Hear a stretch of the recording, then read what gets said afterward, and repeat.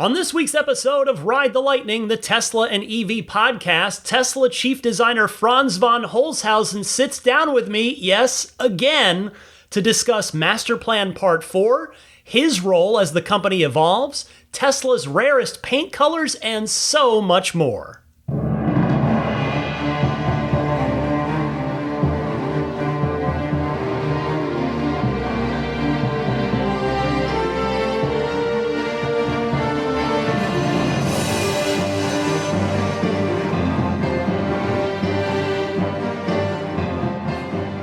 What's happening, friends? I, of course, am Ryan McCaffrey, and this is the 533rd episode of Ride the Lightning, the Tesla and EV podcast, coming at you every single week for the past 10 plus years. This one's being released on October 19th, 2025, and I am just back from Los Angeles. What a privilege this week, as you've already gathered from the intro there. I once again had the extremely good fortune of getting to go visit and sit down with Franz von Holzhausen, the chief designer at Tesla, at his design studio in LA. I know episode 500, he was my big guest for episode 500. That was only 33 short weeks ago. But yes, he is back. I'm so grateful, really, to be very sincere for a minute. Anytime I get the opportunity to sit down with him or any of these folks at Tesla, I know it's a rare privilege, and I try not to take that for granted. I know it might not seem, you might be like, well, rare? He was just here 6 months ago. It is still a very rare privilege, even though I've had the extreme good fortune now of sitting down with Franz twice in 1 year. I flew down for a day trip. I'm fortunate to be in the San Francisco area, so it's a quick down and back for me. This interview was recorded this past Tuesday, so that's October 14th. So if anything crazy has happened in the world of Tesla since then, that's why it's not addressed on this episode. Flew down on Tuesday, and as always, Franz was extremely gracious with his time. I also want to extend a big thank you to longtime listener Matt Para for once again doing some really awesome post-production work on the audio of the interview to get it sounding as good as possible. His help is so appreciated. Now, I've put time codes in the episode description if you would like to jump around to any specific topics, but I hope you will enjoy the interview in its entirety. That'll be coming up in just a few minutes, but first, I do have a couple of quick housekeeping things.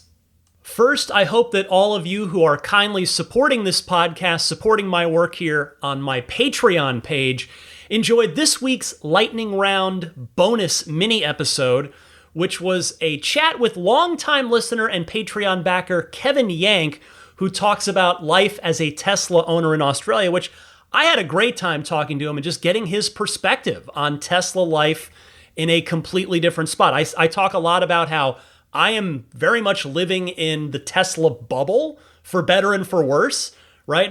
That is my perspective on the Tesla-verse, is from right here in what used to be the headquarters, still the home of the Fremont factory, still where 4 of the 5 Teslas get manufactured. And Kevin has his own unique perspective, being an enthusiast and Tesla owner in Australia. So we had a good time chatting there. Once a month, I've been trying to spotlight a different listener, different Patreon backer, because I just like talking to people about their Tesla stories. So if you're with me on Patreon at that $10 per month level or higher, I hope you'll enjoy that one. If you're not already with me on Patreon, a reminder that all the tiers of the Patreon get early access to each week's episode, which means those of you on Patreon already got early access to this episode, this new, I think, surprise, it's fair to call it, surprise interview with Franz von Holzhausen.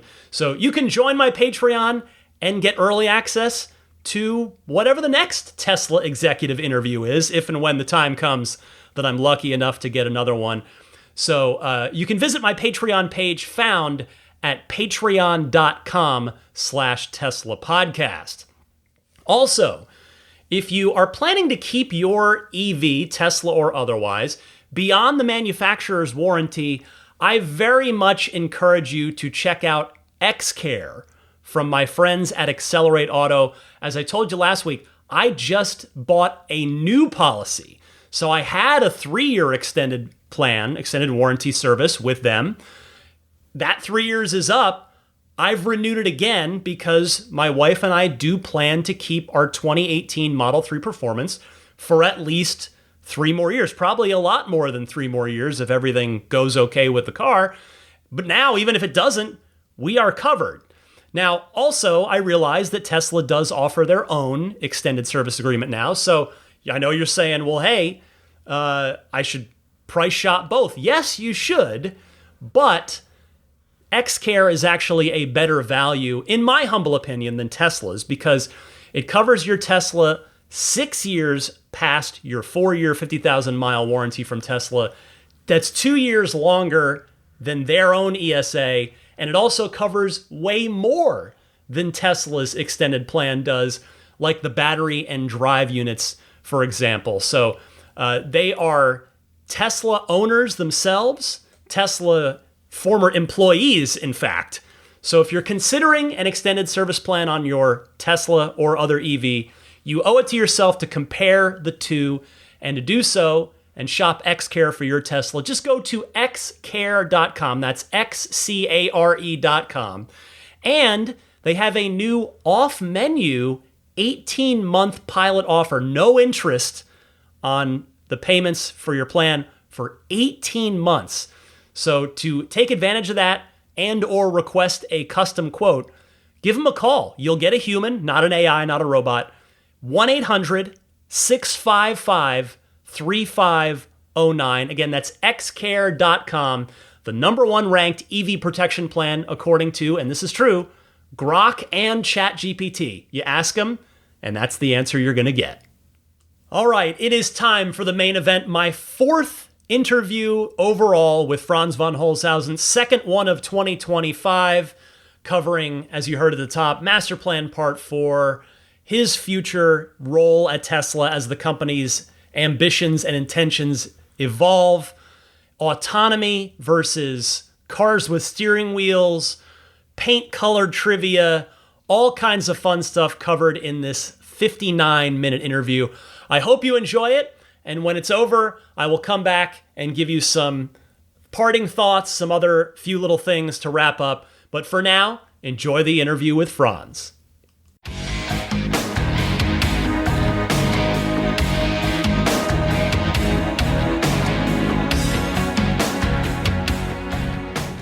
Twice in 1 year, I'm back at the Tesla Design Center with the great Franz von Holzhausen, the chief designer at Tesla.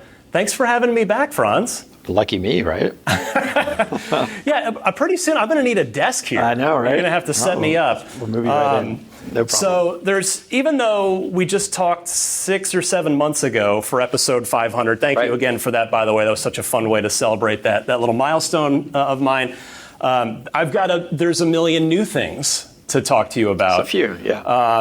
Let's start with kind of the most urgent topic. We got a big vote coming up, big shareholder vote coming up. Yeah. Master Plan Part 4, it's all tied together. And it focuses a lot on sustainable abundance. That's kind of the key phrase now, through robotics, through autonomy. Elon talked a lot on the last earnings call about really what I interpreted as a hard pivot to focus on those things. But my initial reaction to it as a Tesla shareholder, Tesla owner, Tesla fan, and I saw a lot of this in the Tesla community, was that it seemed like it was a little lacking in details compared to the previous master plans, which were pretty concrete. So why are you excited about Master Plan Part 4 and sort of how is Tesla going to get this done? Well, that's a big question. We'll do it the Tesla fashion, of course. I'm excited about it. This is, I think, like you said, hard pivot. I'm not sure for me, it doesn't feel like a hard pivot. Okay. It feels like we've been working towards this for quite a long time. We've been, working on autonomy. Humanoid robots maybe is new, but it's been, newish, but it's been something we've been working in the background on. And, our FSD concept is just improving, month over month, week over week, for many years now. And so I feel like this is just a continuation of all those really great things that we've been working on. And from a design perspective, we've been developing our products to accommodate autonomy and energy, obviously, as the continued improvements in energy. So it doesn't feel necessarily new. It just feels like we've gotten FSD now to a point where we're really confident in its continued, path to removing the driver completely from the experience, and rolling that out in robotaxi service with our cybercab that we're working on. We debuted that like a few days ago, a year ago. A year and a few days. It's already been a quick year. Yeah. So amazing how fast time flies. But and we've been developing that idea for a while. So I think to me, it feels like the work that we've been doing has been leading to this and leading up to this since almost the beginning. When we set out and were designing Model 3 back in the early teens, if you look at that car and where our headspace was, we were designing that already around this idea of autonomy. Right, and no instrument cluster. Yeah, there's no instrument cluster in front of the driver, that you could remove the wheel and pedals, and you would have a equally balanced interior on both sides. And that was a big vision of that interior direction. And you see that continuing forward, and just hopefully waiting and away for full self-driving to become a reality, but that we could remove the wheel and we would have this design set up. And I think with the infotainment screen in the middle becoming the hero of the interior, it was really that vision was alive 10 years ago. So now it's really coming to fruition. Now our products are really falling. They're really optimized now for the software stack that's enabling this full self-driving experience. And a lot of the same hardware and honestly the firmware software as well is going into the robot as well, so into Optimus. I am very much of the opinion. So I fell in love with this company because of the cars and your beautiful design work and just how fun and thrilling these cars are. And certainly I'm of the opinion that society is still going to want, even if ultimately they don't necessarily need cars with inputs because autonomy is fully capable, but I feel like we're going to need 10, 20 years worth of new cars in new segments that people can actually drive themselves. So will there be new vehicles, not just variants of, you just launched a couple of big new variants, which we'll talk about later, the Standard 3 and Standard Y, but are you going to be going into any new vehicle segments here in the next 5 to 10 years? Because I love your work, your team's work, and I want to see you guys cook some more. I mean, of course, we will continue to design great products. The focus is really going to be around autonomy, but just because it's an autonomous vehicle doesn't mean that style goes out the window, or that your impression and your experience when you're inside the vehicle, or how you feel about it, whether it's an owned vehicle or your kind of leasing time with it, will always maintain an incredibly high bar and high standard for just good design and aesthetics that are pleasing and things that you actually can love, like we have been doing with our products all along. So however the path forward goes, I think you can kind of rest assured that we'll continue to maintain a high bar for a beautiful product, and nothing about that will change. So Lars recently called the new Roadster the last great driver's car. Is that going to be the last steering wheel you ever design? Are there going to be future Teslas released with steering inputs in them? I think you have to wait and see. But I think on our immediate horizon right now, that statement from Lars is probably correct. I think autonomy is coming like an avalanche, and I think we're in a position where we won't as a company be able to keep up with the kind of the demand of that. And I think that's where, as a company, we can do the best to society by serving the kind of crazy demand and need that autonomy will have, and the ability to bring transportation and kind of democratize transportation for people that are underserved currently, people that can't afford to get from A to B, or can no longer drive, or handicapped, or older, bad vision, whatever. I think suddenly will be those people will find a freedom that maybe they once had and now can have again, or they never had. They aspired to have it, but just were never financially able to get there. And suddenly unlocking that ability, I mean, that in a way is a more grand vision than, an affluent person being able to drive, down the street, I think. So not to say that we're not going to, focus on all means of transportation. Yeah. But I think the importance of like I said, democratizing transportation is huge in our vision right now. Because, for me, it's, you guys seem to have certainly the financial resources to do both, to keep making new cars, new segments for people that want to drive sometimes or go autonomous other times, versus, I guess, the way I've interpreted the messaging from Elon and the company so far is that it's really going to be almost 100% focused on autonomy. I mean, I think that's the right interpretation. Okay. So, all right. So Roadster really is going to be the last great driver's car from Tesla. It will be a great driver's car, for sure. Will it be the last one? I don't know. All right. I don't have to be paint you into that corner, I guess. Although those were Lars's words, not mine. Sure. and they'll remain Lars's words. But, you never say never, but I think Roadster will be an amazing driver's car, amazing car that really looks at the limit of physics. We've talked about that in relation to Roadster for many years now. Yes.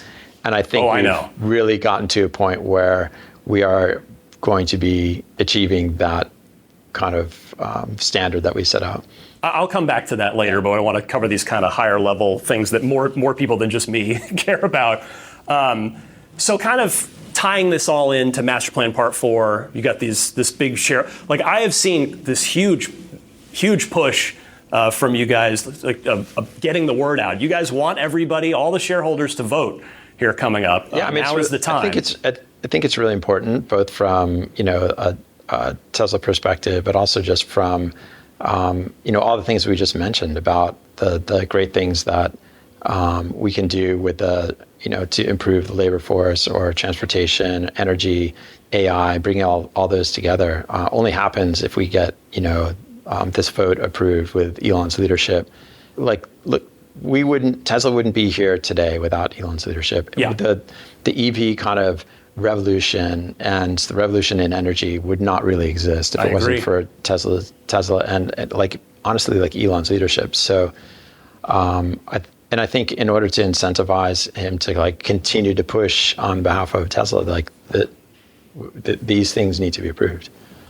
And, we just urge everybody to get out there and vote. It's incredibly easy. I just did it. It's takes I got a thing in the mail, and I got an email to log in and do it. They seem like they've made it pretty simple to do. And it is. And I think it's, you get this stuff from other companies that, maybe you're invested in and kind of don't ever pay attention to it. But I think this one's really important, and I think it's worth taking the extra 10 seconds out of your life to, if you've invested in Tesla, then these things should be important to you. And if you want Tesla to continue to be successful, we need Elon's leadership. So what would, I'm curious, I'm just a big fan of your work specifically. I love both my Model 3 performances.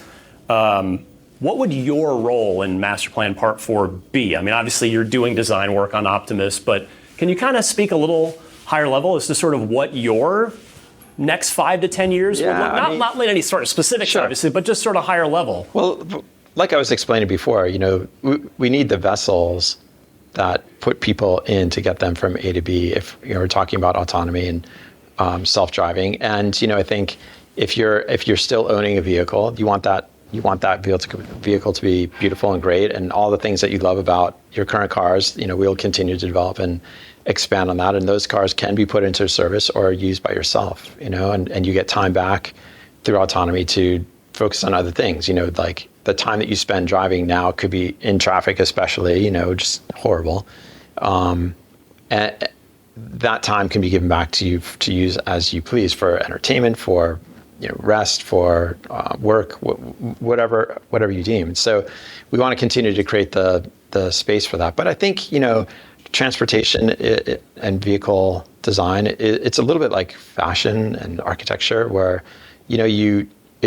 there's a representation of your own character in the things that you spend good money on that represent you in a way. Yeah. And you want to feel good about those things, and you want to feel like you made a great decision, both internally, and also I think be viewed as making a great decision.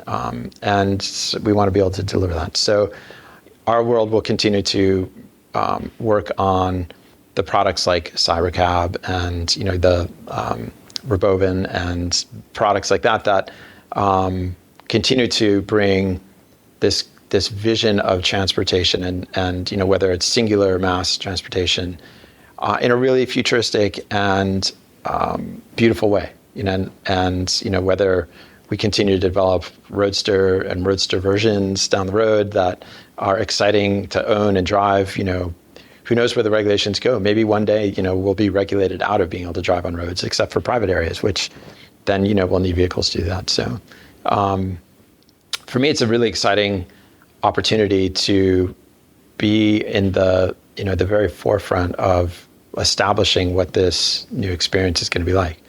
I don't think it's going to be like cattle in a back of a van, or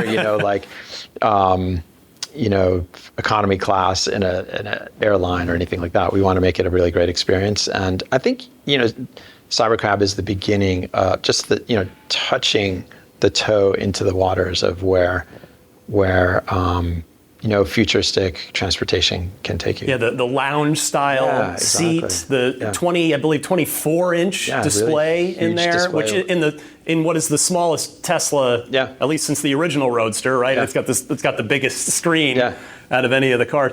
Yeah, that's you guys. Your team does the UI too, right? Not just the outside of the cars, but also on the software side. Yeah, we work on like all the components that people come in contact with, and whether it's the content that we put on the website itself, the experiences that you have in the user interface. I think all that is a part of the overall design and the design language that we want to offer, and where there's many groups that are touching all of that. And I think we're trying to bring that together in a really cohesive element where the overall experience, from the first touch points to sitting in the space to the interaction, the experience that you have is fun, enjoyable, that you love your experience. And I was just talking to somebody who got a Tesla recently, and I think they can't ever imagine themselves going back, because they've had this experience now that just is not served to them and by any other manufacturer in any other way.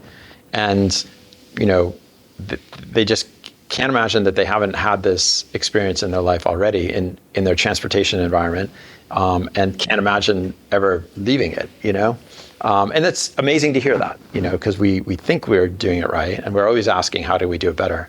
But it's great to step back and hear the impact that it has. It's one common thing that I hear, I'm sure you do too, from you've got other manufacturers that are making some pretty good EVs out there now, but the common thing seems to be for most of them, the software is just not as good as it is in the Tesla. Yeah. In various shapes and forms. Yeah, and I think we work really hard on that part as well as all the other pieces, and I think we really try to bring an experience that's unrivaled and is fun and interactive and has a sense of humor. It's an appliance, but we want to make it not really an appliance and make it like an experience that you remember and you want to talk to your friends about and laugh about and have a good time, and something that you want to get back into and keep on rolling. I know you mentioned earlier that you've been working towards autonomy for years, and that is evident even on the software side on the UI, but as we get closer and closer to full autonomy and not having to sit in the driver's seat and monitor the car, is the UI as we see it fairly indicative of what that full autonomous experience is going to be like, or do you envision you'll see a improved for like user experience. I think that really focuses on the time that how you want to spend it, not necessarily reporting back about what the car is doing. And you can think of it like when you're on a train or a plane, like what are the things that are important to you? You check in on your destination. Are you going to be there on time? Do you need to look at the map all the time? Some people sit there and stare at the screen in front of them, just watch the map. But I think, most part, you're kind of checked out and you're doing work, or you're, watching a movie or playing a game or something like that. So we will offer all of those things and make that experience just refreshing and fun. So related to autonomy, it would be journalistic malpractice if I did not take the opportunity here, getting to sit with you, to go to bat for my fellow new Model 3 owners, new Model S owners, new Model X owners that have AI4 cars that don't have a front bumper camera on the car. I know this is kind of more of a Lars thing. Maybe we just call him up right now and bug him and just put the phone next to the mic. But it's seemingly being utilized for FSD to make the autonomous driving experience better. Sure. It's nice just as a convenience when you're parking in your garage or at a curb stop. So can we please get a paid, it's not expecting anything free here, a retrofit for those of us with new Model 3, new Model S, new Model X that want to pay you money to have that front bumper camera, because my car is less than a year old and it's got hardware 4. Theoretically, it's got all the ports in the FSD computer. Franz, please. I will talk to Lars. You got to make this happen for me. All right. You're like the number 2 guy in the company. We'll see what we can do for sure. All right, we can bug Lars later. So you guys put out a little master plan part 4 little sizzle video when the plan was announced, and I know you've been asked about this before, but I've got to throw my question in here. I have to figure that you approve every frame of that video before it goes out. I know of course you know where this is going. So in the background of there's a Cybercab. I think it might even be a clay model of Cybercab in the foreground. But then in the background, up on racks, are what appear to be sort of smaller scale. One of my listeners called it a Cyburban, sort of a Cybertruck, but in SUV form. So are you going to be doing more with the Cybertruck platform? I think this is maybe we've set a precedent beyond what we expected. That anything that comes out of the studio is going into production, and we are constantly looking at all sorts of iterations and ideas for all of our products. Yeah, a lot of those never see the light of day. A lot of them are good ideas. They go on a shelf. Maybe they surface, maybe they don't. So that was some exploration that we had done years ago, and we'll see. It's interesting to hear the demand for it, and maybe that demand. Well, that's what I'm talking about with new market segments. Like, it seems like, there really isn't pretty much an electric minivan out there, and there's a lot of families that want something like that. There are smaller pickups. There are, 10 times better than I do, obviously. And there's certainly a market for a larger 3-row, 7, 8-seat passenger SUV that the Cybertruck platform seems like it could be a great fit for. Yeah, I know. And this is something that we get all the time. Like, why aren't you making this, or why aren't you making that? And I think, if we chased all of those, we would be making, 100 different types of vehicles. And, I think inhibiting ourselves from doing great, as opposed to, maybe we could do all those things well, but it would be tough to make them all really great. And, I think focusing on a few really great things especially as we move into autonomy, where I don't know that you need everything in the kitchen sink, in order to achieve that plan. So, for us, being able to really create a few great products is kind of always been our thing, and I think we'll continue on that path. So is that more of a sort of a design? I don't know that we need to hit every niche market. Yeah. And you see a lot of manufacturers that do that, and they spend a lot of energy. It costs energy and time and right. And brain cells to go into doing all these niche things that last a year or 2 years, and you make a few of them, and they quickly go by the wayside, and they're experiments sometimes. And I think for us, just focusing on the real core pieces that really make the most sense is where we're set up to do and what we can do really well. Well, one market you are serving, maybe that you hadn't before to an extent, is in China, the Model Y L. So 6-seat, a little more luxurious, got the captain's chairs. Yeah.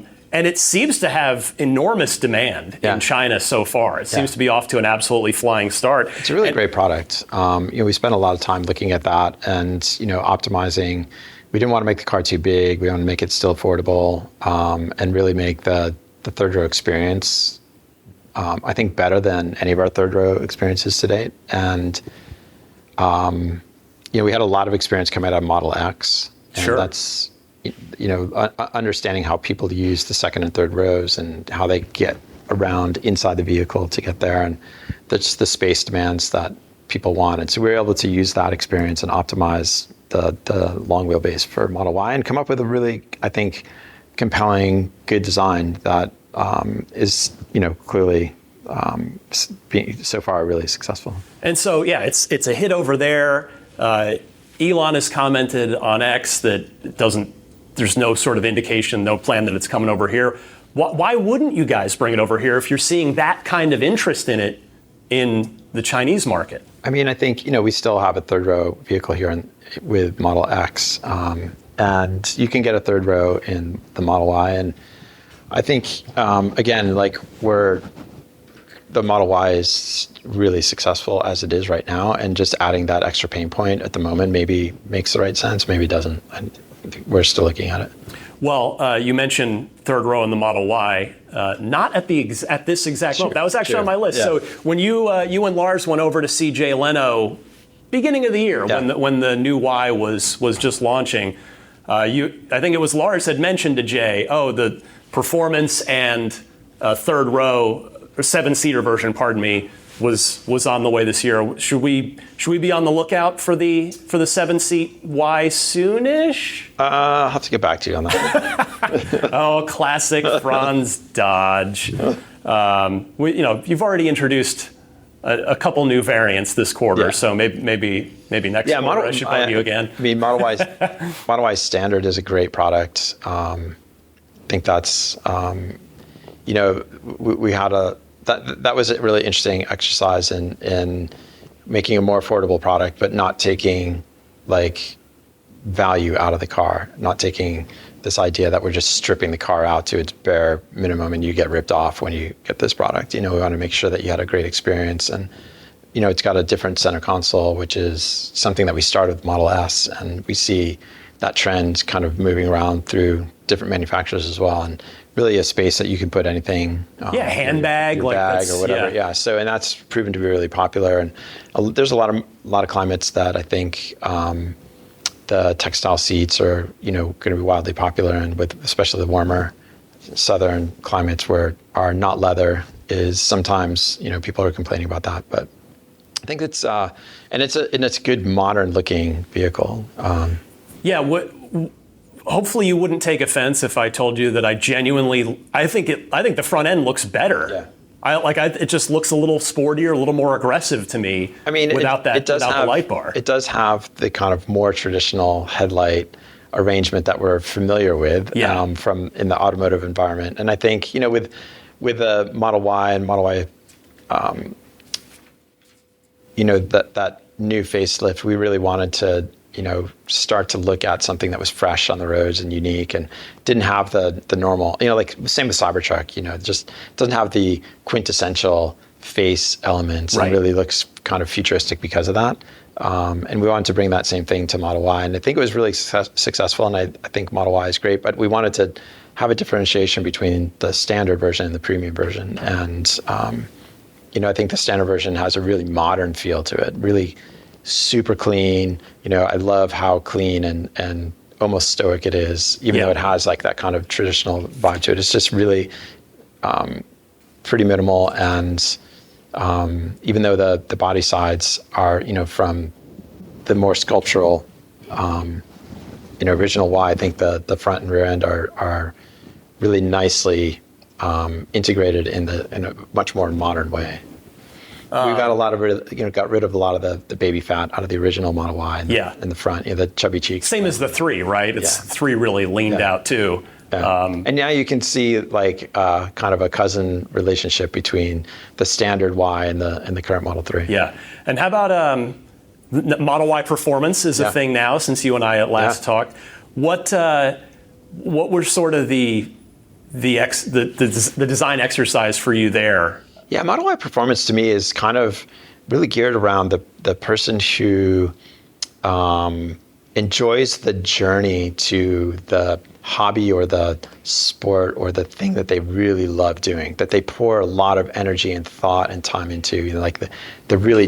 They're dedicated to the type of equipment they bring, whether it's like skiing or snowboarding or hiking, or that they're into the real specifics on it, and they're kind of over and above the normal person, I would say. So it's Model Y performance is really around the person who enjoys that journey to get to the thing that they really love. So they have now a product that they can really enjoy getting there. They can, it's tailored to the carving turns or the acceleration burst or the kind of euphoria they have when they're like, imagine myself like skiing down a hill or snowboarding or whatever, and the car is kind of tailored to that. So it's not about arriving to the destination. It's about the journey to it, and you care just as much about that part as you do the thing that you're going to be doing when you get there. Would you describe me, the Model 3 performance owner, the same way as well? Yeah, exactly. Like you enjoy the journey as much as the destination, and you care about like that experience as much as you do, like you care about the experience once you arrive. And I think so both of those vehicles, both performance, are really kind of tailored to the person who thinks like that. Literally anytime I'm having even the slightest bit of bad day, if I'm stopped in the car and have a safe opportunity to slam the accelerator, it is genuinely like it's a physical reaction of I can't help but smile. Like it is. But I think the best incredible part about these, they may be the performance versions, but they do all the other things that a Model Y does extremely well. You can still use it as, like as a Swiss Army knife. It's incredibly capable on the utilitarian side as well. We didn't give up any of that aspect that makes the kind of current Model Y great, or the Model 3 great, from that perspective. Are you still dailying Cybertruck, or what are you dailying right now? I'm trying the Model S, but I go back and forth between Cybertruck and the new Model S Plaid. Model S is like near and dear to my heart. It's been around for so long. Well, you've always said that's your favorite whenever I ask you. I mean, it's always the next thing is my favorite, but in terms of like picking something to drive, I think that has like, the new Plaid with the improved front end seats, just I think it's a great overall car, and I find it hard to find any other car that's better.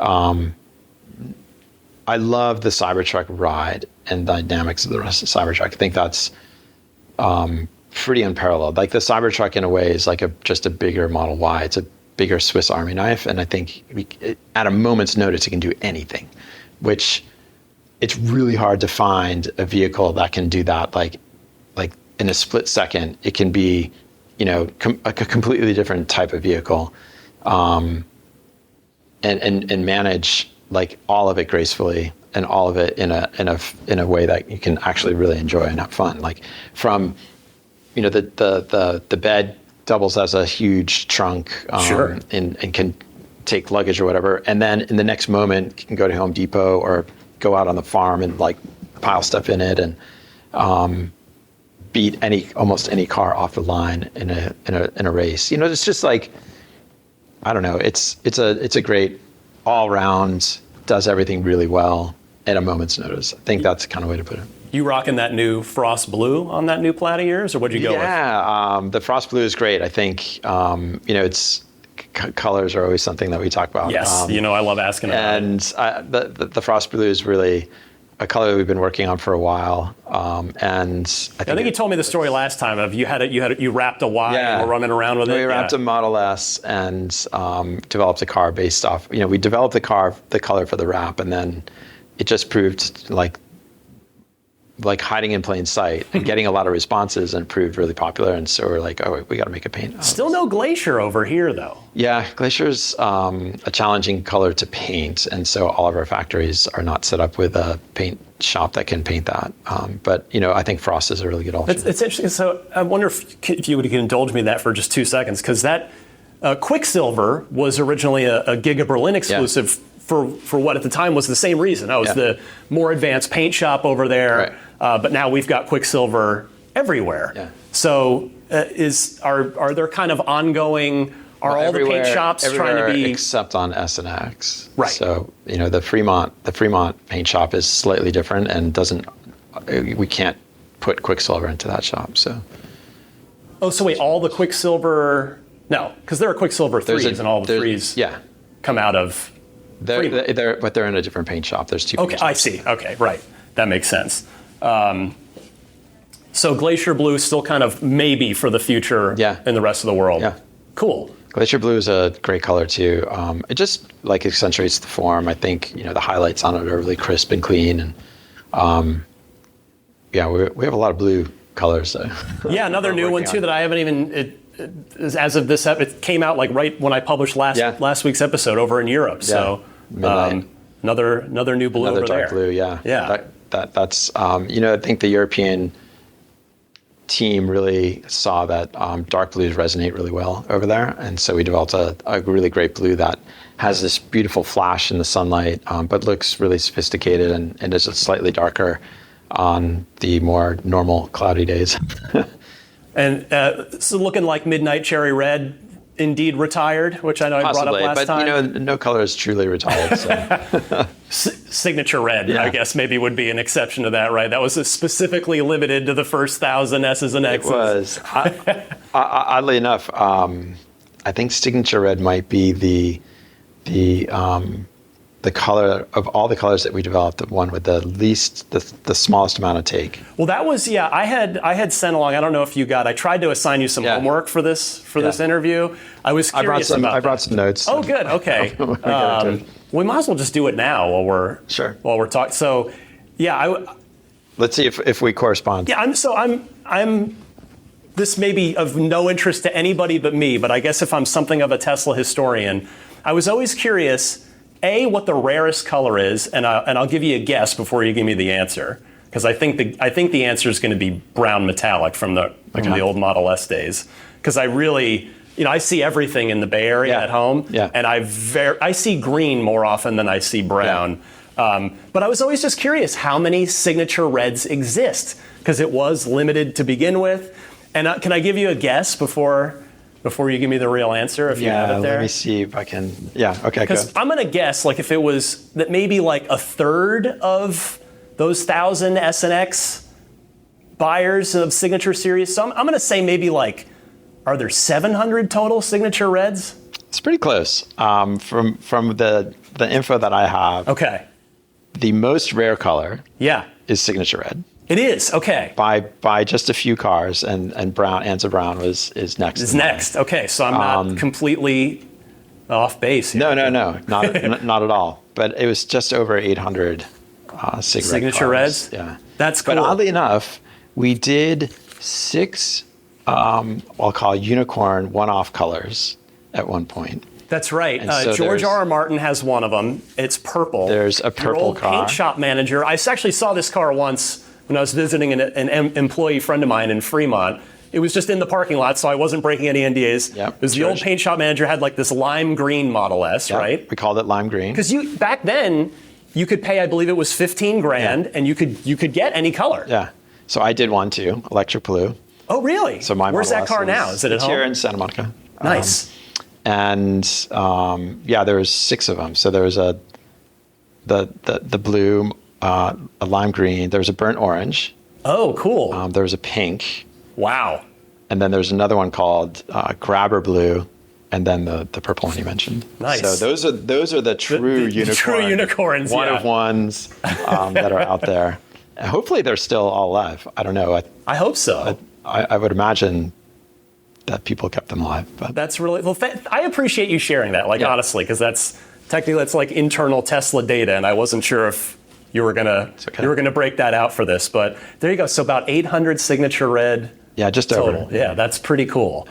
And indeed, brown up next. I think, brown is, I feel like I see more SIG red cars, older cars around than I do brown. Brown for me is really, brown with the arrow wheel. Oh, if you remember the arrow wheel. That combination is a true unicorn. There's like a handful of those cars. Not a big fan myself of that particular wheel design, no offense. But efficient. Yes. Did the job. Obviously, so it was only 265 miles on the was it was a balance between efficiency and small wheel design. Let's see here. I wanted to get back to the wheel covers for Standard 3 and Standard Y. So obviously we got a couple new wheel designs here. Just how many iterations does that go through before you finally land on? Oh, he's rolling his eyes back for that. On those wheels, I mean, that was an interesting one because it's really just a one-piece wheel cover. And so does it even, this is an ignorant question, so I apologize if this is just dumb. Does the design on an Aero one-piece cover even matter too much in terms of the efficiency? Or is it all? Yeah, it does. It does. And, we're trying to find the balance between something that's not just a flat disc. Although on Cyber Cab, the flat disc is actually quite cool. Fits the car. But, that's a much more modern and all-new design. And I think, the standard cars are we call it refresh. And I think, we wanted to get something that had some character and had some dimension to it, and didn't look like a flat piece of plastic on the side of the Thanks for making them dark color, by the way. Yeah. That just looks better. I think you ask 9 out of 10 people. There's camps of people that like light wheels and dark wheels, and I think, the caps to me, with just enough texture. And if you notice, we put texture into them as well to kind of catch light and make them a little bit more dramatic. I think they blend into the tire and just kind of creates a more of a monovolume. But we went through a lot of iterations. So you're talking about the challenges of doing the Standard Y and Standard 3 because it's you don't want to take out too much of the car, but you need to bring the price down. So were you able to take any learnings from the Cybertruck long-range rear-wheel drive and that? Because that, I think, they're kind of different. They're different projects. Yeah. The standard Model Y, I think, there are ideas that we had going into developing Model Y that we kind of brought back out, kind of dusted off as we were developing it. And so I think, some of it was just looking at how do we create a new, fresh experience in the car. And I think bring some of these ideas that we had previously to light. So it was kind of a fun exercise in taking, it's a little bit of pressure to screw around with the world's best-selling vehicle. Sure. Because any little thing you could do could totally tip it sideways. And so we were, conscious of that. We wanted to make sure that we were making the right moves. But I think what we were able to achieve is potentially, kind of in my opinion, I think you get more than what you pay for in a way. I think it still feels potentially more premium than the price point. So in terms of just the overall balance of the car. What was the most challenging part of it? Because obviously you're working under more of a, I guess for lack of a better term, just a cost constraint of, we could use this material or this material, but this one costs more. So, and we've got a price objective here. So for your team, obviously Lars's team has their own challenges with that. What's design team's biggest challenge when you're doing the standard 3 and the standard Y? I think like the materiality of the interior is always challenging, and we want to make sure that we still felt like it was a premium experience. It's and we know the price point of the car. We want to make sure that we're still delivering a high caliber, high level feel, even though we're using alternative materials to kind of our standard like non-leather, vegan leather products. So the textiles were a good explore. We've been, you're seeing textiles show up in the interiors across the board of our cars. Yeah. And I think expanding on that was super fun because it was another texture to bring into the interior instead of just having kind of monolithic, similar material and, trying to guess which is plastic and which is a TPU or something. So that's been really cool. And I think in a lot of aspects, the textiles feel in some ways, more premium than the vegan leather. I just remembered, so I'm starting to run out of time here. I just remember there was the one other bit of homework, and I'm not sure if you got it. I had asked you last time, if we remove price from the equation, which the Model 3 performance and the Model Y performance now do, the paint colors are all just included. What do people choose the most? Did you happen to, I don't know if you got that. I don't know that, but I think historically, the pearl white is still the most popular color. Interesting. And that's normally an upcharge on that. Yeah. It is a really nice white. It's a great white. I believe it's now the last of the original colors that hasn't been changed out. Yeah. And I think still looks, incredibly appropriate on our products, and like it's just a great all-around color. Yeah. I'm going to pivot here in the last few minutes. Tesla Diner. We were talking about this for a minute before we got started. I've had the pleasure of going a couple times. We should do this next time there. Let's do it. Absolutely. That would be an awesome way to do it. So you did the unofficial ribbon cutting. You've been over there a bunch of times. I've had listeners say, I saw Franz over at the diner. So you and your team were obviously heavily involved in the design. How are you kind of feeling about the diner? What is it, 3-4 months later at this point?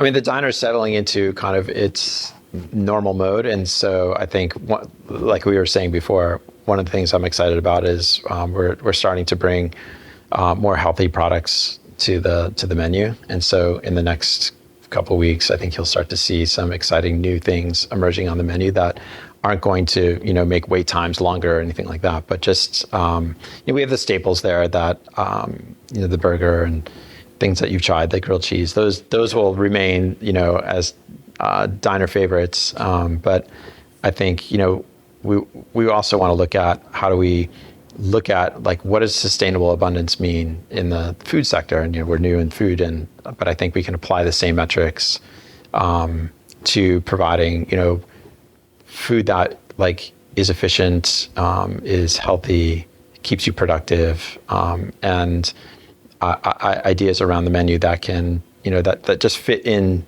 to the overall model of what Tesla stands for. Are you meeting with Chef? It's Greenspan, I believe. I'm blanking on the gentleman's name. Are you meeting with his team on a regular I meet basis? with him. He's no longer part of the team, but that's okay. We're still moving forward, and I think he was great at bringing the diner up to where it is now. But we're moving and adding some elements, and I think I'm just excited with the team that's there. We kind of hit our groove, and it's a really great balance between whether you're in a Tesla or not. You can go charge up, get recharge. We have some great breakfast items coming now, and I'm just excited where that's going to go, and hopefully we'll be rolling out more of them in the near future. Yeah, in my two experiences so far, I really liked the vibe. I mean, that's like an unquantifiable, like almost nonsense thing to say. But it's hard to explain. It just feels like a welcoming, like everybody here has something fun in common, in that they drive a Tesla or other EV. Like there's that kind of common ground. In the same way, like that we design our vehicles and the UI and the experiences that you have with them, they're kind of efficient, but they're fun. There's a sense of humor with it. I think you get all of that over at the diner as well, and we're excited to continue to just expand on how do we do great food, just as we do great products. So, yes, there will be more diners and more locations. I hope so. Yeah. I got to put in a good word for the San Francisco Bay Area. We got a big Tesla community up there. No lack of opportunity for sure. Cybercab. God, I got a million questions, and I'm gonna have to come back again. We can go. So,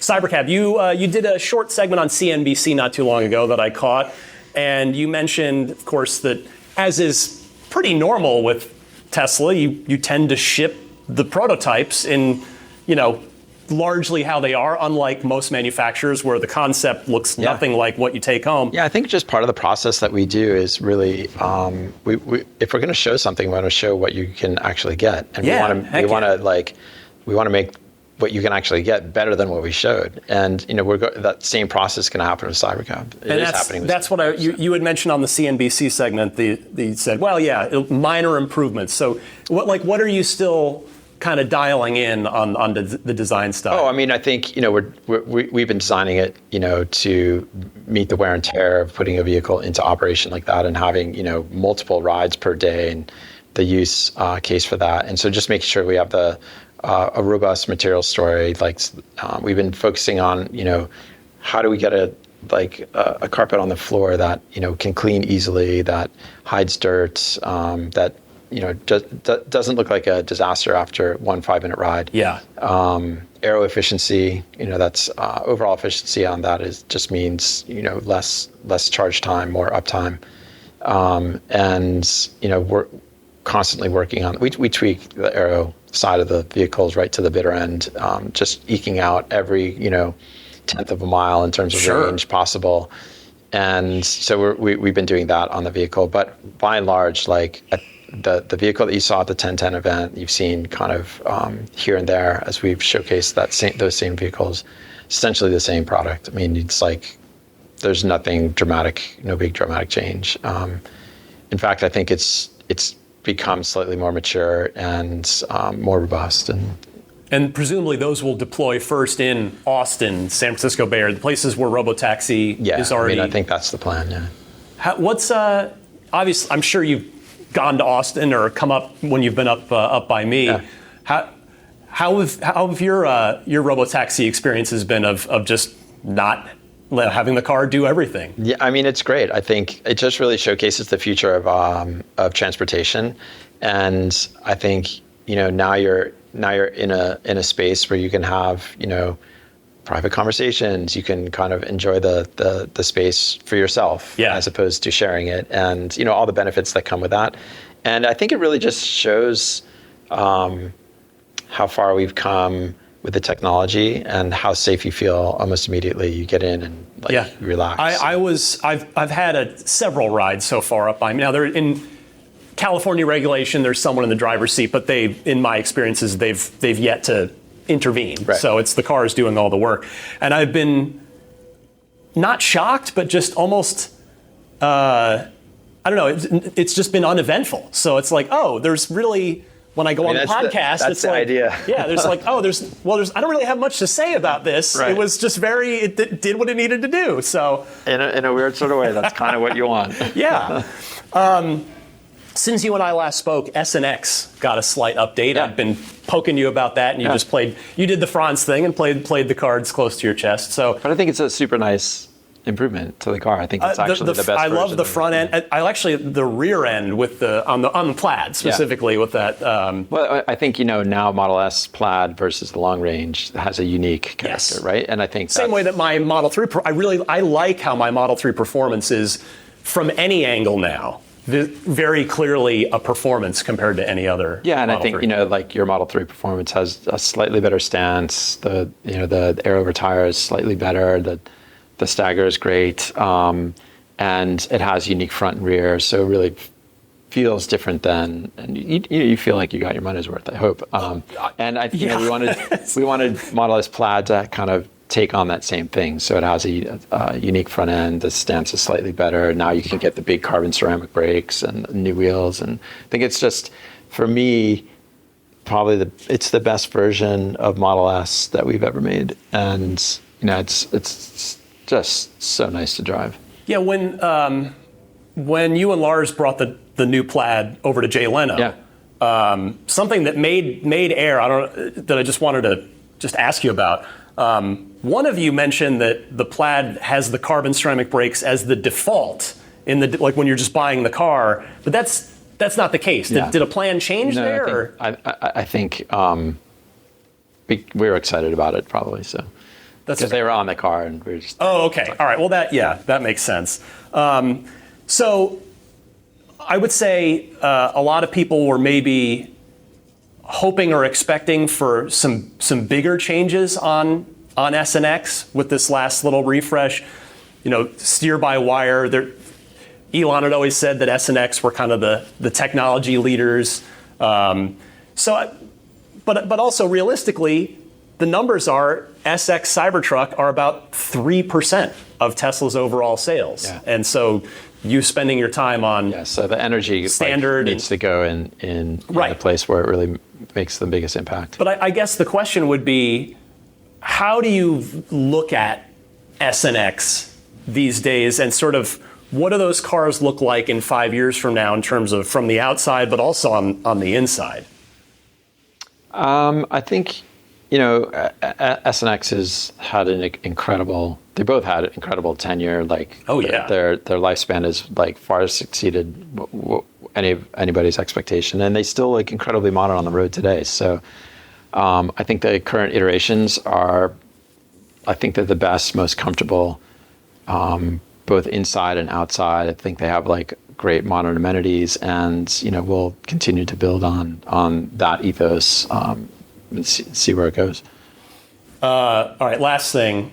It wouldn't be a Ryan McCaffrey interview of Franz von Holzhausen without asking about the new Roadster, which we continue to wait for. So once this most epic product demo ever that your boss talked about happens, is that still this year, or can you give an update on when we can expect to see this? We're planning on this year, yeah. Great. Okay, that makes me feel good. So once that demo happens, what's the timeline for that car after that? Is there kind of a unofficial 18 to 24 month? Because you're not going to show it again and then it's going to sit. It's just going to be another 8 years. No, that's not going to happen. So is it going to be more? We'll move more quickly into having saleable product than we did last summer. Well, can I pin you down any further than that? Within 2 years of this next? Definitely within 2 years. Okay, that's that, because we're coming up on. I told Lars this. I know. We're coming up on the 20-year anniversary of the original Roadster. I know. And I'm not really looking for the new one to be like a 20th anniversary. Maybe 2027 would be good. he just good things comes to those who wait. Well, right? that's I don't doubt that. All right. So last question, and I'll make it another paint question. Can we expect the new Roadster to have its own complete unique set of paint options relative to the 4 painted Teslas? I think that's doable. Good. I like that. That'll make it a little extra fun. Yeah, I mean, I'm excited to just showcase the new Roadster for a lot of different reasons, and I think the wait will be worth it. I don't doubt it. All right, last thing, and I feel like I can ask you this now that we're on interview number 4. Tell me one thing about Franz von Holzhausen, the guy outside of work. What do you like to do for fun? Do you have any pets? Like, just give me a quick little. You don't have to, I don't want to pry into your whole personal life, but just let me into your world. Tell us a little bit about that guy outside of these walls. I have 2 kids, 2 boys that they're growing up in a world where they're not actually very excited about driving.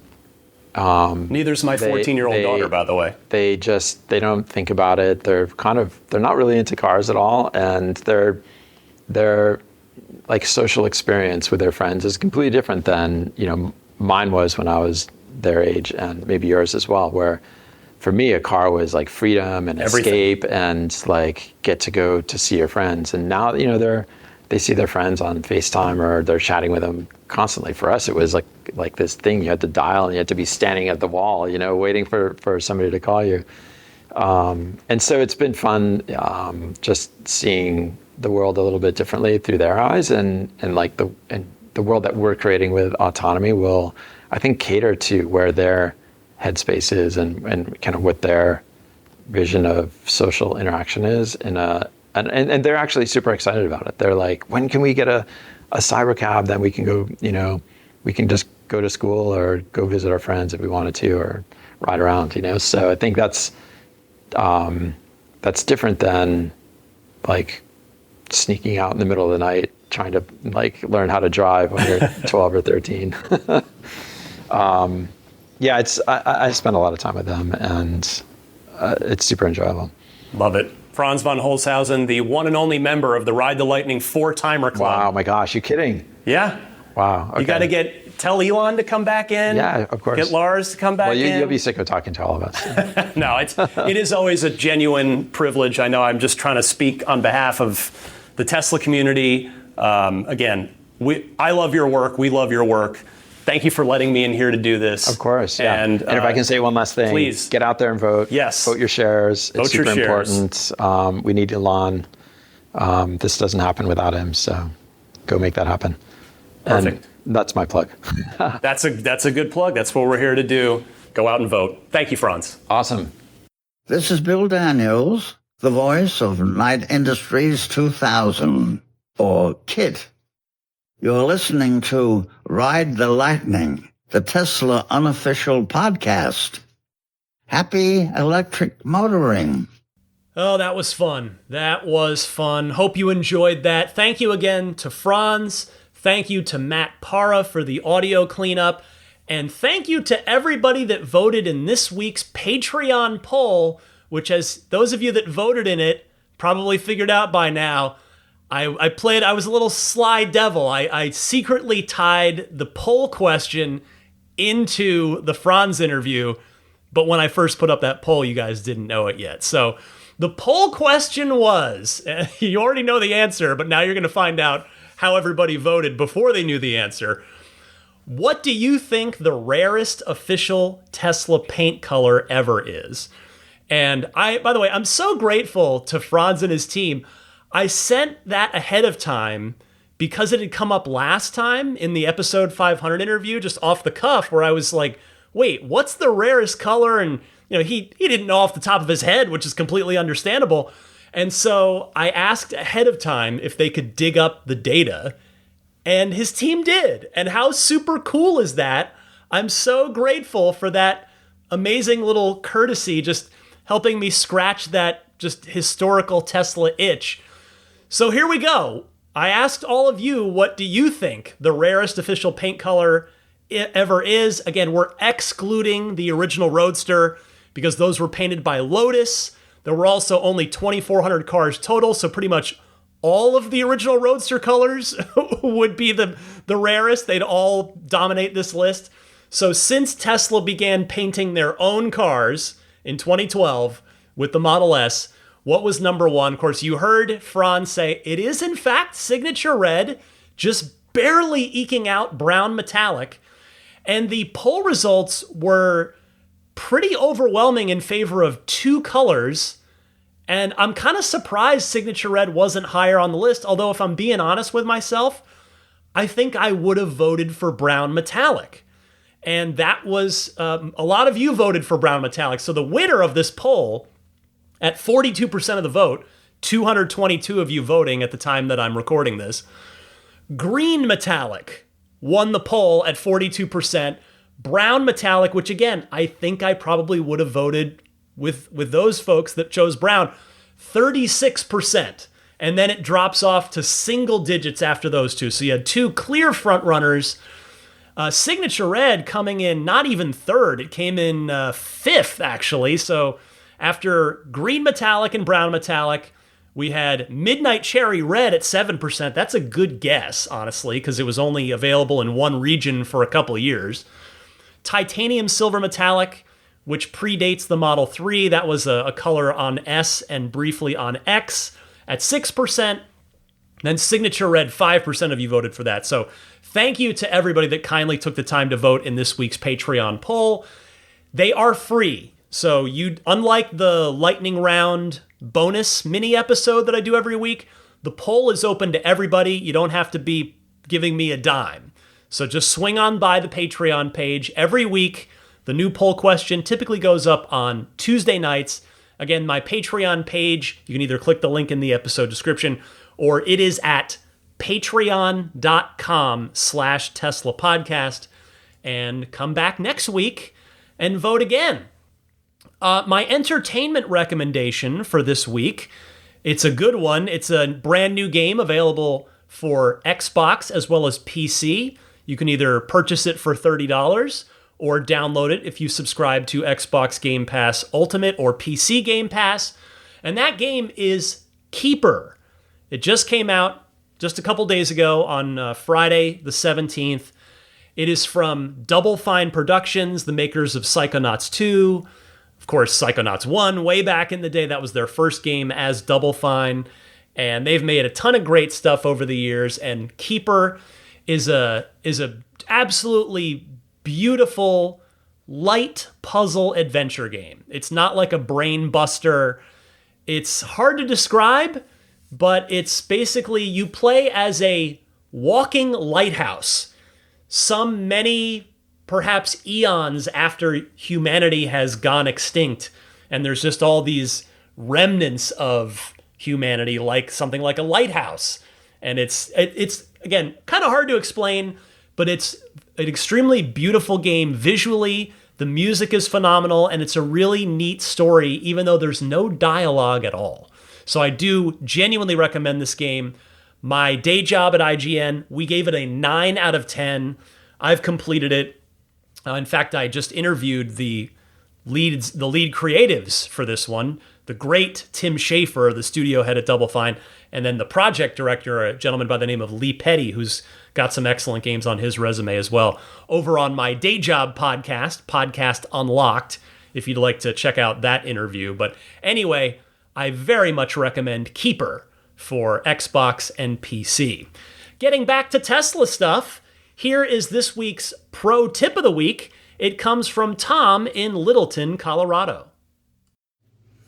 Hey Ryan, as you likely just said, this is Tom from Littleton, Colorado, calling in with a pro tip. I was driving my 2024 Model Y to a bingo hall where I do tech support for one of the computers there, and I parked right in front. My wife was with me. She stayed in the car. I went in. I took my phone in with me, which caused the car to lock itself because of the walk-away lock feature, which is fine. That's no issue. She's not locked in the car. She still can get out as normal. It just makes it so other people can't get in. And it turns on Sentry mode, which is the issue. Because while I was in the hall, they had an intermission and the smokers came out to smoke, and people were close to the car, so actually one guy leaned on the car, and that caused the recording to occur. Again, no big deal. But my wife opened the door and the alarm went off at that point, and there's no way for her to turn it off, so she had to sit there and endure the alarm for 5 minutes or however long it goes. My phone did get a notification that I didn't notice, and my watch. I have an Android phone, Android watch, They both had a notification on them, but I didn't notice it. So my one suggestion to Tesla, that's a great feature. Most car companies would charge you $20 a month for a security system like that. But I greatly appreciate getting that for free after just over-the-air update. But one improvement could be to persistently notify until the notification is acknowledged, since it's kind of an emergency event. So appreciate all the info you give, and have a great rest of your week. Thanks. Bye. Thank you, Tom. I think that is a very good constructive suggestion for Tesla with regard to that accidental alarm, or just the alarm in general, I would say. So I appreciate that. If anybody else out there has a good Tesla or EV-related pro tip of the week, you can give me a call. And there are 2 easy ways to do that. Either use your smartphone's built-in voice recording software, then just record your question. I humbly ask that you try to keep it to 90 seconds or less. And you can send that my way to teslapodcast@gmail.com. Or you can take that same 90-second or less pro tip of the week and send it in as a phone call to the Ride the Lightning hotline. I will get back to your phone calls soon. Actually, I had to stop myself from saying next week because next week's the earnings call. So I'll have my earnings call recap, highlights, analysis. Typically, those episodes are long and meaty enough that I don't get to the hotline phone calls, but I promise I will get to your phone calls again soon. If it's not next week, it'll be coming up quick. Anyway, the toll-free number that you can call either with a pro tip or just with a regular Ride the Lightning hotline call if you'd like to respond to something that Franz said in the interview, etc. Drop me a line. The toll-free number is 1-888-989-8752. That number again is 1-888-989-TSLA. And before I wrap this episode up, I just wanted to mention some friends of Ride the Lightning that I hope can be useful to you. Maybe sooner, maybe later, but just file them away. Maybe take a look this week if you're curious about any of these. Starting with abstractocean.com. They've got so many great aftermarket Tesla accessories. In fact, not just Tesla anymore. They've got Rivian stuff as well. They've been around for many, many, many years now. So they have really built up a great reputation, a great lineup of products. I do encourage you to check them out. Again, it's abstractocean.com, and they've got everything from lighting kits for both the interior and exterior of your car, things like puddle lights, changing the colored lighting, the accent lighting on the inside. And I'm not talking about the strip of RGB. I'm talking about like the lights in the door pockets and the footwells. You can swap those out for nice bright purple lighting if you want to. Like, that's the kind of stuff abstractocean.com has. The tempered glass screen protectors, custom fit for every Tesla. All that and so much more. Check them out, abstractocean.com. If you want or are legally required to have a front license plate on your Tesla, I am not personally a fan of the free license plate bracket that Tesla gives you with your car because it adheres to the front of your car with automotive tape, with adhesive. Meaning if you ever want to get it off, good luck doing so without scratching or damaging the paint in some way. So I recommend the Snap Plate or the newer, stronger Snap Plate Plus from my friends at everyamp.com/RTL. They also now kindly offer a discount to Ride the Lightning listeners as well.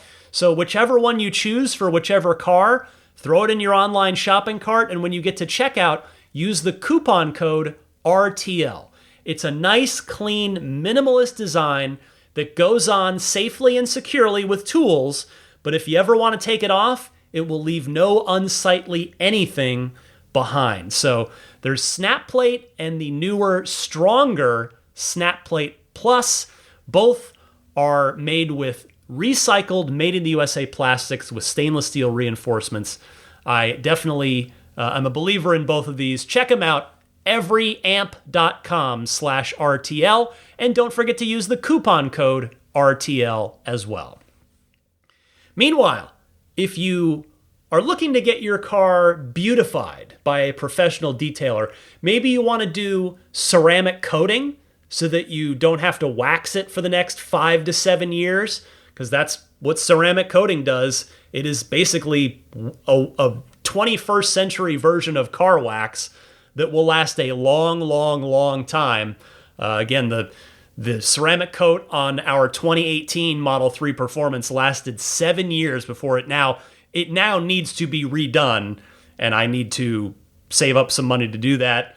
There have been a lot of unnecessary, well, I won't say unnecessary. There have been a lot of just tough expenses lately. I can't complain too much, but I gotta save my pennies and get it back over to Immaculate Reflections for a fresh 5 to 7 year ceramic coat. Anyway, maybe you want to do that. Maybe you want to do paint protection film on some or all of the car. And maybe you want to do paint correction to get the actual paint finish looking as good as it possibly can. So if you're in or are going to be in the greater San Francisco Bay Area with your Tesla or another car in your garage that you care about, I encourage you to reach out to Immaculate Reflections via their website, which is irdetailing.com. You'll see a contact form there, and mention that you're a Ride the Lightning listener. Any services that you have done there, you will get the Ride the Lightning listener discount, which is super awesome of Immaculate Reflections to continue to offer. Finally, or I guess almost finally, my Patreon page. I want to mention that one more time. I did mention it briefly near the top, but if you get a lot out of this podcast week in and week out, and you know I'm here week in and week out, I take a lot of pride in that. And if you see it in your heart to support me, you can do so through my Patreon page found at patreon.com/Tesla podcast, or just click the link in the episode description. That way, when these awesome executive interviews roll around, as if I may humbly but proudly say, this was the 4th major Tesla executive interview this year. Granted, 2 of them were with the same person, but hopefully you found both of them interesting, episode 500 and this one. So Franz twice, Lars Moravy, the chief engineer, and the co-founder, former CTO, and now board member of Tesla, JB Straubel, all in 1 year. And if you're with me on Patreon at any tier, again, the tiers start at just $5 a month, you not only get ad-free versions of the episodes, but you get them early. So you would be the first to hear these cool interviews when they do happen. So join me on Patreon if you decide that I am worth that. I would be humbled and grateful if you would consider that. So again, patreon.com/Tesla podcast. Make sure you're following the podcast on whatever podcast service you like the most. Statistically, that's Apple Podcasts for most of you. So just type in Ride the Lightning Tesla in the search field there. You should see this podcast pop right up. Click the follow button, and that way you'll get a push notification every time there is a new episode, which, with this podcast, it's every Sunday at 9 a.m. Eastern, 6 a.m. Pacific, unless, of course, you're with me on Patreon, in which case you get it early. But I'm also on, besides Apple Podcasts, I am on Spotify, YouTube Podcasts, TuneIn, and I think pretty much all the big ones there as well. Finally, if you'd like to follow me on social media, I am on X as well as Instagram. I have the same username on both, and that username is DMC_Ryan. You can also email me anytime about Tesla or EV-related things at teslapodcast@gmail.com. Finally this week, let me say hello and thank you to the top-tier Patreon backers, the folks at the Roadster in Space, the Maximum Plaid, and the Grandfathered-in Plaid level supporters. I'll start with the Maximum Plaid group. Big thanks goes out to Jonathan Wales, Cameron Clark, Daniel Grummer, Seth Capello, Nick and Tony, the Galpin family, Ryan from New York City, Darren Nickel, Kaz Barnes, Patrick Wisniewski, Gil Cabrera, Todd Badger, Joe Edgel, Kevin Yank, the Tesla Owners Club of San Joaquin Valley, Will Stedman, Justin Perez, Jeremy Harris, Chris Beach, Tom Mills, Corey O'Donnell, Aaron, John Cody, Joel Sapp, Paul Casarino, Chris Osborne, KB, Adam Lavoie, Jason Chalukas, Travis Krenzel, Bruce Otterstein, Tom Behan, Josh Pennington, John from Cream Ridge, New Jersey, Dustin Hart, Derek Finley, Charles Clement, Damon Klein, Jeff Brown, Jerry Slinger, Kenneth Corbett, Brian Bertoglio, Kim Bay, Troy Sievers, Nick Jacoby, Chip Hooper, Matt Chinander, Robert Moran, Rav, and Christopher Mann. Another big thanks goes out to the Roadster in Space tier backers. They are Pete White, Lyle Austin, Steve Radspinner, Fernando Cordero, Lawton from Chicago, Sean Neidig, Neil Weaver, Jackson Wallace, Rolf and Jennifer Evers, Howard Anthony Smith, Victoria Iacovetto, Tesla Hitchhiker 42, Carol Weston, Robert from near Philly, American Home Contractors, Doug Carey, Michael Gallo, and Tony Figueroa. And finally, the awesome grandfathered in plaid level supporters.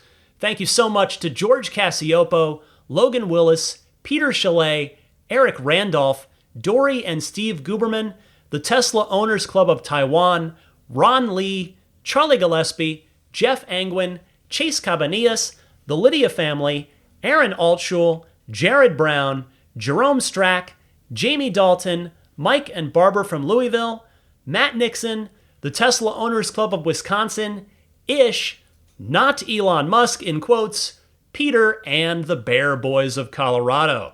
And that will wrap it up for a very, very special episode 533. Seriously, just thank you all so much for listening. I never in a million years would have imagined when I started this thing 10 years ago that I would have talked to the chief designer, the guy that designed my car 4 times in the span of those 10 years. And really those 4 times have all come in the last, let's see here. I don't know, 4 years, 5 years? It doesn't matter. Anyway, I'm just humbled and grateful to get to do this. It is a privilege. It is a pleasure. I mean, as I hope is evident, I put a lot into this every week. You know, I care. Like, maybe you don't like the podcast, although if you're probably not hearing this if you don't like it. You probably didn't make it this far, but you know, you don't have to like me. You don't have to think I'm any good, and I'm not saying I'm any good, but I'm just I do put my heart into this every single time, and it's weeks like this when I get the rare opportunity, the privilege to sit down with somebody like Franz again, that it's just like, man, I don't know how I got here, but I'm so grateful to be here. And I thank you all for coming along on this journey with me and listening week in and week out. And with that, I will say happy electric motoring. And I'll see you back here for should be an eventful week, an eventful episode next week too, with the big earnings call, the Q3 earnings call. So I'll do my usual song and dance with that. All the highlight clips from Elon and the Tesla executive team, the recap, the analysis, the whole thing that I typically do, that I do enjoy doing. So stay tuned for that next week. And until then, happy electric motoring.